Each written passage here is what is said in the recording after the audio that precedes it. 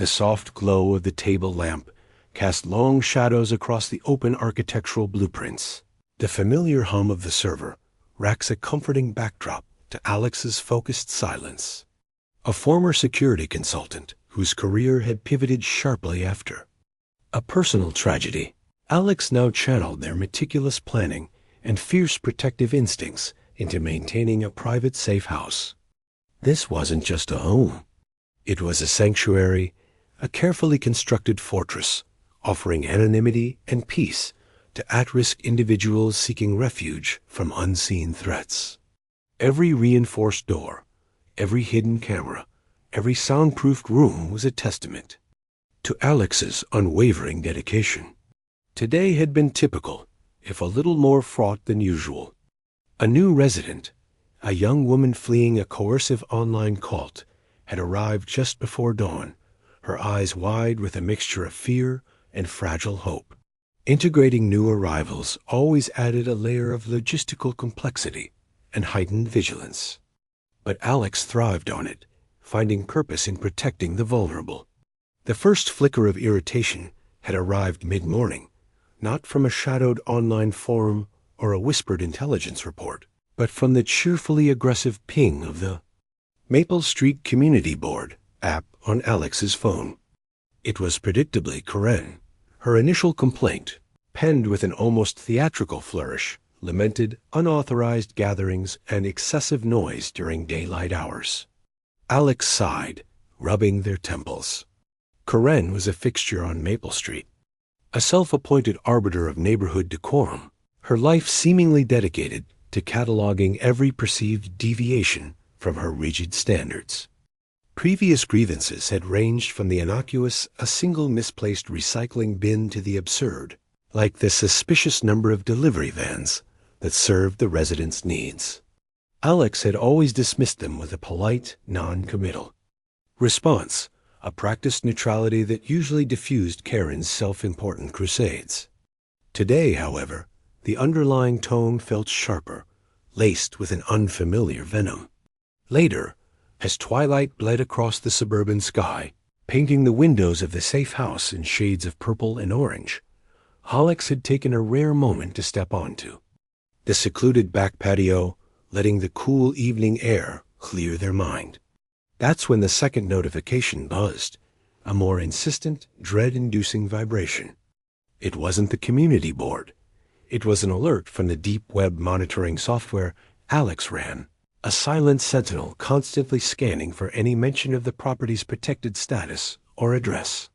The source was chillingly familiar, the local Neighborhood Watch Forum. But this wasn't Karen complaining about recycling. This was different. This was a post, freshly minted, titled, "Urgent Rule Violations at 123 Maple Street. What are they hiding?" And beneath it, for anyone and everyone to see in bold, unmistakable text, was the exact street address of Alex's secure safe house. The precise digits, the city, the zip code, all laid bare. Alex's blood ran cold. It wasn't just a mix of disbelief and instant panic for the residents. It was a visceral, gut-wrenching horror. Every carefully constructed layer of security, every sacrifice made to ensure anonymity, had just been ripped away by the malicious keyboard strokes of a woman obsessed with rule violations. In that horrifying instant, the quiet suburban street outside transformed into a gaping maw, ready to swallow the fragile lives within. The air grew thick, heavy with the phantom screams of potential threats. The server hum, once comforting, now seemed to mock their vulnerability. It wasn't just about privacy anymore. It was about survival. The sanctuary had been exposed, and the wolves, always lurking at the fringes, now knew exactly where to find their prey. The immediate aftermath of Karen's digital betrayal was a suffocating silence, a phantom calm before the storm.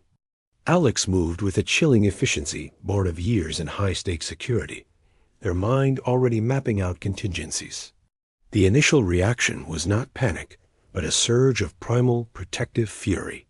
The safe house, once an invisible haven, now felt terrifyingly exposed, its vulnerable inhabitants unknowingly thrust into the crosshairs of online malice.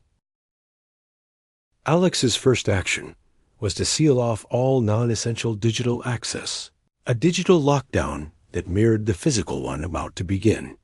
The internal security system, a labyrinth of motion sensors and pressure plates, was set to its highest. Alert, transforming the quiet home into a fortified perimeter. Alex immediately installed extra cameras, discreetly positioning them to cover every angle of the property, their feeds routed to a secure offline monitor in their study. This was followed by a swift but somber briefing to the few residents capable of understanding the gravity of the situation, outlining a rotating watch schedule among the more capable residents. Sleep would be a luxury, vigilance a necessity. The first ripple of the digital tsunami arrived subtly, a torrent of nuisance. Phone lines, once quiet, began to ring incessantly with blocked numbers. Strange, unidentifiable vehicles cruised slowly down Maple Street, their occupants' gazes lingering too long on the house. Then came the online trolls, emboldened by Karen's public doxing, who started with prank calls and an avalanche of unordered pizzas. The doorbell became a maddening symphony of delivery attempts, each one a jolt of anxiety. But the casual nuisance soon morphed into something more sinister. One evening, as twilight deepened, the insistent ringing of the doorbell gave way to a chilling metallic clang against the front gate. Someone was rattling it, hard, a deliberate, aggressive act that sent a jolt of fear through the house. The cameras showed a hulking figure, their face obscured by a hood, testing the gate's sturdy locks before disappearing back into the shadows. The digital threat was manifesting physically, turning clicks into potential violence.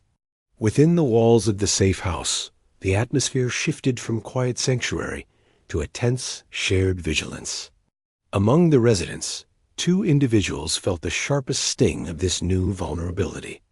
There was Maya, a young tech whistleblower whose testimony had dismantled a powerful, corrupt data brokerage firm. She lived in constant fear of retaliation, her every move calculated to avoid detection. The thought of her secure location being compromised sent tremors through her, manifesting as frantic, sleepless nights spent staring at the ceiling. Then there was Mr. Henderson, an elderly witness to a brutal organized crime hit, his frail health already exacerbated by the trauma he'd endured. For him, the safe house was not just shelter, but literally a life-saving isolation from a vengeful syndicate.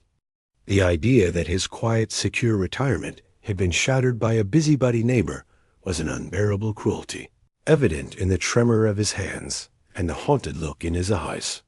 Their vulnerability underscored the true cost of Karen's reckless act. It wasn't just Alex's privacy, but potentially Maya's freedom and Mr. Henderson's very life on the line. Alex moved through the house, a calm presence amidst the escalating tension, offering reassurances while internally calculating every variable. They knew this was just the beginning. The doxing had opened the floodgates, and what started as digital harassment would inevitably escalate. The safe house's defenses, once a quiet reassurance, were now a battlefield. Every creak of the floorboards, every distant siren, every shadow that danced in the periphery of a window became a potential threat. The carefully cultivated peace was shattered, replaced by a pervasive sense of dread. As night fell, painting the street in ominous hues, Alex stood by the reinforced living room window, observing the street through a slit in the blackout curtains. The streetlights cast a dim, unsettling glow. The air was thick with unease. Suddenly, the low rumble of an engine grew louder, faster, approaching with alarming speed. A powerful car sped past, then screeched to a halt just outside the property, its headlights glaring directly at the house, twin beams of cold, unblinking menace. The engine idled, a low, guttural growl, and for a long, agonizing moment, nothing happened. Only the blinding light and the palpable silence, broken only by the frantic pounding of Alex's own heart. The blinding headlights of the powerful car seared an image onto Alex's retinas, a stark symbol of the escalating threat. For an agonizing minute, the vehicle idled, its engine a low, predatory growl, before it finally roared away, leaving behind only the lingering scent of exhaust and a profound sense of dread. This wasn't random. This was a message, a probing, deliberate act. The sheer audacity of it, so soon after Karen's doxing, confirmed Alex's deepest fear. This went far beyond a neighborhood dispute. Karen, the self-appointed guardian of suburban conformity, was either a pawn or a willing accomplice in something far more sinister. The safe house, built on the principle of absolute discretion, was now a beacon in a storm of malicious intent. Alex knew they couldn't just react. They had to understand the true enemy. With a grim resolve, Alex retreated to their fortified study, the dim glow of the monitors reflecting a fierce determination in their eyes. The immediate threat of physical intrusion had been averted, but the digital frontier remained wide open. It was time to turn their expertise outwards. Alex bypassed conventional methods.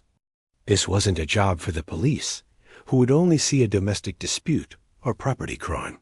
This required a deep dive, a digital excavation. Alex began by systematically hacking into Karen's social media accounts, not just the public-facing ones, but the layers of private groups and seldom-used profiles Karen likely thought were secure. It was tedious work at first, sifting through endless complaints about dog walkers and untamed hedges. But Alex knew to look for patterns, anomalies, deviations from the mundane. They meticulously cross-referenced Karen's online activity with known networks of online agitators and local extremist groups, something that had always been a secondary consideration in their threat assessments. The breakthrough didn't come in a sudden flash, but in a gradual, unsettling mosaic. Hidden deep within a seemingly innocuous local gardening group, interspersed with posts about rose bushes and pest control, Alex found oblique references, coded, language that spoke of community cleanups and re-establishing order. These phrases, innocuous on their surface, resonated with a chilling familiarity to the jargon used by a particular local criminal organization known for its shadowy operations, ranging from protection rackets to territorial disputes over lucrative, illegal activities. This organization, led by a ruthless individual known only as the Collector, operated by destabilizing neighborhoods, creating chaos, and then stepping in to offer their services, essentially extorting businesses and residents under the guise of security. Karen, it became chillingly clear, was not merely a busybody. She was being manipulated, perhaps unknowingly at first, or perhaps seduced by a false sense of purpose. The complaints about unauthorized gatherings and suspicious activity weren't just about lawn care. They were early reconnaissance reports, intel passed on to the Collector's network. Alex uncovered payment records, small, untraceable cryptocurrency transfers, funneled into an account linked to Karen's seldom-used email, disguised as winnings from online surveys or sweepstakes. The realization was sickening. A local, criminal organization had effectively paid Karen to destabilize the neighborhood, using her petty grievances as a smokescreen to identify and expose perceived outsiders like Alex's safe house that didn't fit into their controlled narrative of the community. They were using her as a human battering ram, clearing the way for their own nefarious expansion. As Alex delved deeper, the threats against the safe house escalated with unnerving precision. It began with the intermittent, frustrating cuts to the house's internet, designed not just to annoy, but to cripple their remote monitoring capabilities and cut off outside communication. Then came the chilling sight of drones spotted overhead, their silent forms hovering just beyond the range of public visibility, their cameras undoubtedly surveying the property, mapping weaknesses and tracking movements of residents. The air, hunged with a new, unseen menace. Simultaneously, a flood of fake news about the safe house spread rapidly online, painting Alex as a reclusive cult leader and the residents as dangerous, unstable individuals. Community forums buzzed with fabricated stories of strange rituals and late-night disturbances, amplifying Karen's original complaints into full-blown smears. The online war was now being fought on multiple fronts, designed to isolate them, too, turn public opinion hostile, and to justify whatever escalation was planned next. The tension within the safe house grew almost unbearable. Every resident, from Maya the tech whistleblower to the frail Mr. Henderson, felt the tightening noose of the external pressure. Alex knew they were running out of time. The final, horrifying piece of the puzzle clicked into place during a late night sweep of Karen's encrypted communications. It wasn't just a general directive to destabilize. Hidden within a series of seemingly innocuous weather updates and local news links, Alex discovered something else, something far more chilling. It was a fragment of code, a string of seemingly random characters and numbers. But to Alex's trained eye, it wasn't random at all. It was an encrypted signature, unmistakably from the collector's inner circle, and embedded within that signature, a time-stamped instruction. Coordinates, not for the safe house, but for a different location entirely, and a date just 3 days away. Alex discovered a coded message from this shadowy group, directing Karen's every move, but this final, chilling piece of intel hinted at their next target. It wasn't just about exposing the safe house. It was about using the chaos to achieve a much larger, more dangerous objective, and Alex, by uncovering it, had just stepped into the crosshairs of a criminal network far more ruthless than any Karen could ever be. The chilling discovery of the coded message, hinting at the collector's next move, ripped away any illusion of mere neighborhood harassment. This was a calculated, multi-pronged assault, and the safe house was merely the opening act. Alex immediately mobilized, their mind racing through worst-case scenarios, the rhythmic pulse of their heart echoing the ticking clock. The hours leading up to the projected attack were a blur of frenetic preparation. Every reinforced window was checked, every hidden panel secured. Pre-planned escape routes, once theoretical lines on a blueprint, were now rehearsed with solemn urgency by the residents, their faces etched with fear, yet fortified by a shared determination.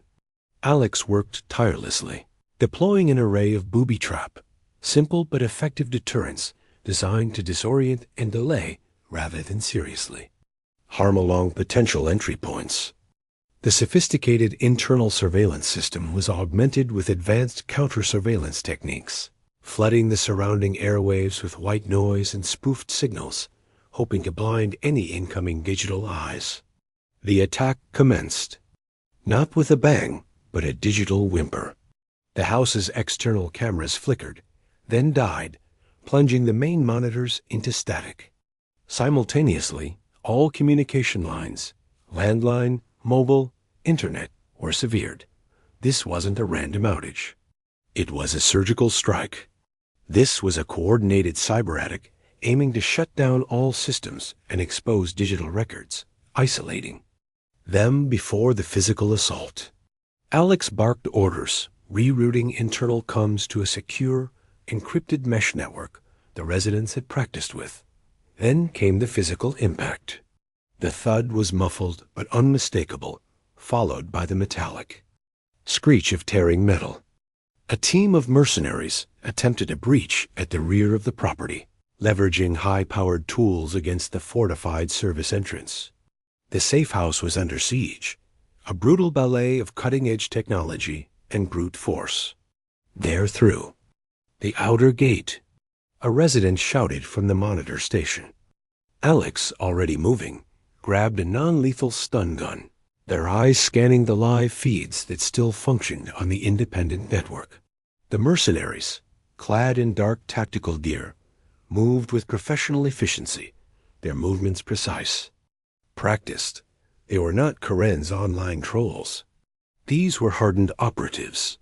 As one began attempting to saw through the reinforced service door, a sudden, high-pitched wail erupted. One of Alex's booby traps, a compressed air horn triggered by pressure, had detonated, startling the lead mercenary and buying precious seconds. But time was running out. The cyber attic was intensifying.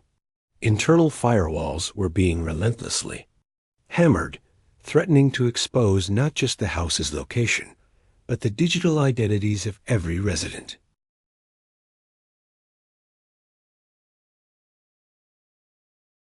It was in this moment of acute vulnerability that an unlikely resident used a hidden skill to turn the tide. Maya, the young tech whistleblower, her face pale but resolute, sidled up to Alex's console. "Alex," she said, her voice surprisingly steady, "I know what they're doing. They're using a zero-day exploit, trying to spoof our main router's MAC address. I can write a counterscript, but it's risky. It might crash everything." Alex didn't hesitate. "Do it, Maya. We don't have a choice." With a nod, Maya's fingers flew across the keyboard, her eyes glazed with a laser-like focus. Lines of code scrolled furiously, a desperate digital duel playing out unseen. The sound of heavy impacts from the service door grew louder, interspersed with the thud of bodies against the walls as other residents, armed with household items and sheer courage, helped reinforce the entry point. Mr. Henderson, despite his frailty, sat near the communications, meticulously noting times and sounds, his memory a surprisingly sharp asset. The air thrummed with the dual battle, steel against steel at the back door, and code against code in the digital realm. Just as the service door began to groan ominously under the mercenaries' assault, a triumphant, almost feral grin spread across Maya's face. "Got it," she whispered. On the main monitor, the flickering static vanished, replaced by a clear, live feed of the street outside. Simultaneously, the mercenary attempting the breach paused, seemingly disoriented, his comms apparently failing. Maya had not only repelled the cyber attic, but had also managed to temporarily disrupt the mercenaries' encrypted communications, forcing them to regroup. The momentum shifted. The initial breach was contained, giving Alex and the residents a critical breathing room. But the fight was far from over. The immediate outcome was a hard-won victory, but victory at a cost. The attackers were repelled, but the house was severely damaged. The service entrance was a mangled mess of splintered wood and twisted metal, a grim testament to the mercenaries' force. Windows were cracked, and the once pristine walls bore fresh scars of impact. Relief washed over the exhausted residents, but it was fleeting. Just as Alex allowed themselves a moment to breathe, the distant, unmistakable wail of sirens pierced the night. Blue and red lights began to flash at the end of Maple Street, growing brighter, closer. The familiar, authoritative sound of approaching law enforcement, usually a source of comfort, now filled Alex with a new, profound dread. The entire neighborhood was undoubtedly awake, alerted by the commotion. The police were arriving, creating a new problem, a public inquiry, an exposed safe house, and the near-impossible task of explaining a full-blown paramilitary assault to bewildered local authorities without revealing the very secrets they fought so hard to protect. The battle was over, but the war for the safe house's existence had just begun. The wail of sirens grew deafening, culminating in the blinding flash of blue and red lights that painted the shattered facade of the safe house in an unsettling kaleidoscope. Police cruisers swarmed Maple Street, their presence a stark contrast to the quiet suburban night. The immediate aftermath of the mercenary assault was a chaotic ballet of flashing lights, terse questions, and the bewildered murmurs of neighbors, drawn out by the commotion. Alex, bloodied but unbowed, faced a barrage of inquiries, carefully navigating the truth without compromising the sanctity of their mission. explaining a coordinated paramilitary attack on a seemingly ordinary residence without revealing its true purpose was a tightrope walk, but Alex's years in security had taught them the art of strategic omission. They spoke of a targeted home invasion, a desperate struggle, and the miraculous intervention of vigilant residents. The official report, however, would carry a distinct air of bewildered disbelief, unable to fully grasp the unseen war fought within those walls. As the morning light bleached the sky, revealing the full extent of the damage, news vans began to descend upon Maple Street, their cameras eager for the unfolding suburban drama. Karen, caught in the swirling vortex of her own making, found herself abruptly thrust into a spotlight she had never intended. Her online posts, once dismissed as petty grievances, were now being scrutinized. The sheer volume of her public accusations, combined with the inexplicable violence that had followed, drew the attention of federal investigators. What began as a local noise complaint had spiraled into a potential act of incitement. The crypto payments Alex had uncovered, linking Karen to the collector's network, provided the undeniable evidence. Her attempts to deflect, to portray herself as a concerned citizen, crumbled under the weight of her digital footprint. By midday, the word spread like wildfire through the neighborhood forums she once dominated. Karen was arrested for inciting violence, her self-righteous crusade ending in handcuffs and a very public downfall. Her reign as the Queen of Maple Street's HOA had ended in ignominy, her online reputation not just in tatters, but utterly demolished. The safe house, however, bore the true scars of the conflict.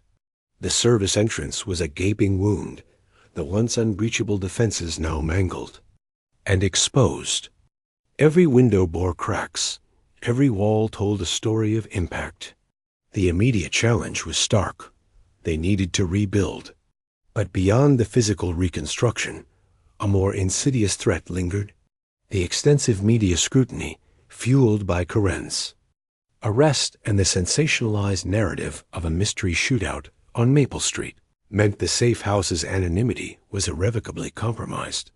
Every news report, every social media comment, chipped away at the very foundation of their existence. They also needed to secure new funding for the extensive repairs and enhanced security measures, a daunting task when their operations thrived on silence and secrecy. The whispers, the lingering suspicion from neighbors, and the constant presence of curious onlookers added another layer of strain. Yet amidst the wreckage and the encroaching public eye, a remarkable transformation began. Within the residents, the siege, instead of breaking them, had forged them into an unbreakable unit.